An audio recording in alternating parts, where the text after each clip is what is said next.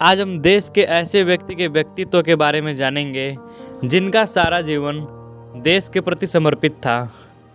जी हाँ गाइस, आज हम बात करने वाले हैं देश के पहले सीडीएस जनरल बिपिन सिंह रावत जी के बारे में। बिपिन सिंह रावत जी को देश का पहला chief defence staff general president Ramnath Kovind और प्राइम मिनिस्टर नरेंद्र मोदी तथा minister of defence Rajnath Singh ji की देखरेख में 1 जनवरी 2020 को नियुक्त किया गया था। जनरल सीडीएस बिपिन सिंह रावत जी अपनी भारत देश की जल, थल तथा वायु सेना के लिए बहुत ही महत्वपूर्ण निर्णय लेते थे।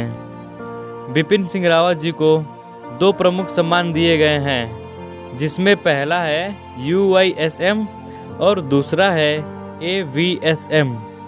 UISM का अर्थ है उत्तम युद्ध सेवा मेडल और AVSM का अर्थ है अति विशिष्ट सेवा मेडल।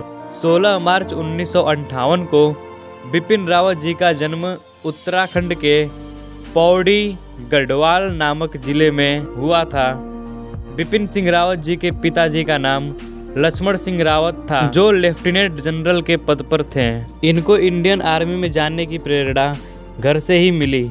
बिपिन सिंह रावत जी देहरादून के कैम्ब्रियन हॉल स्कूल में पढ़ाई करने के बाद वो आगे की पढ़ाई सेंट एडवर्ड स्कूल शिमला में किए। इसके बाद उन्होंने यूनिवर्सिटी नेशनल डिफेंस एकेडमी, जो खड़कवालसा में स्थित है, वहाँ पढ़ाई करने के बाद Indian military academy university Dehradun पढ़ने चले गए, जहाँ उनको स्वॉर्ड ऑफ ऑनर से सम्मानित किया गया। स्वॉर्ड ऑफ ऑनर यह पुरस्कार सभी छात्रों को नहीं मिलता, यह उसी छात्र को मिलता है जो उस बैच का बेस्ट होता है, और बिपिन रावत उनमें से एक थे। उसके बाद बिपिन सिंह रावत जी रक्षा सेवा स्टाफ कॉलेज से ग्रेजुएट हुए, जो वेलिंगटन में है।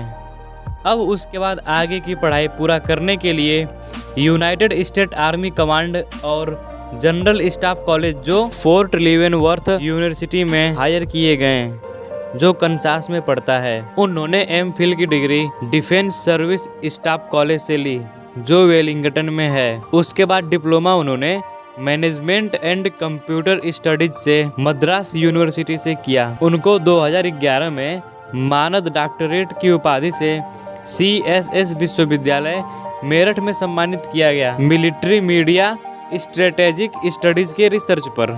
अब हम बात करने वाले हैं बिपिन सिंह रावत जी के मिलिट्री करियर के बारे में। इनको 16 दिसंबर 1978 में सेना के ऐतिहासिक 11 गोरखा राइफल्स में शामिल कर लिया गया था। ये वही सेना है जिसमें इनके पिताजी भी रह चुके हैं। उनके पास उच्च ऊंचाई वाले युद्ध का बहुत अनुभव था, क्योंकि उन्होंने आतंकवाद विरोधी मिशन को चलाते हुए 10 साल का समय बिताया हुआ अनुभव था, जिससे उनको युद्ध में डिफेंस और युद्ध में आक्रामक नीतियां बनाने में लंबा अनुभव मिला। इंडियन आर्मी में काम करते हुए उन्होंने कई सेना की टोली के लिए काम भी किया, जिससे उनको अलग अलग जगहों की सुरक्षा और युद्ध के नीतियों का अनुभव मिला। मेजर जनरल के पद प्रमोशन के बाद रावत ने 19वीं इन्फेंट्री डिवीजन के जनरल ऑफिसर कमांडिंग के रूप में पदभार संभाला, और दूसरा उन्होंने लेफ्टिनेंट जनरल के रूप में पुणे में दक्षिण सेना को संभालने से पहले दीमापुर में मुख्यालय वाली कोर की कमान संभाली। इसके अलावा उन्होंने आर्मी के 3rd core, GOC, southern command, IMA Dehradun, military operation directorate जैसी अनेक महत्वपूर्ण विभागों में भी काम किया। बिपिन सिंह रावत जी का सेना कमांडर ग्रेड में प्रमोशन होने के बाद 1 जनवरी 2016 को दक्षिणी कमान के general officer commanding in chief का पद ग्रहण किया।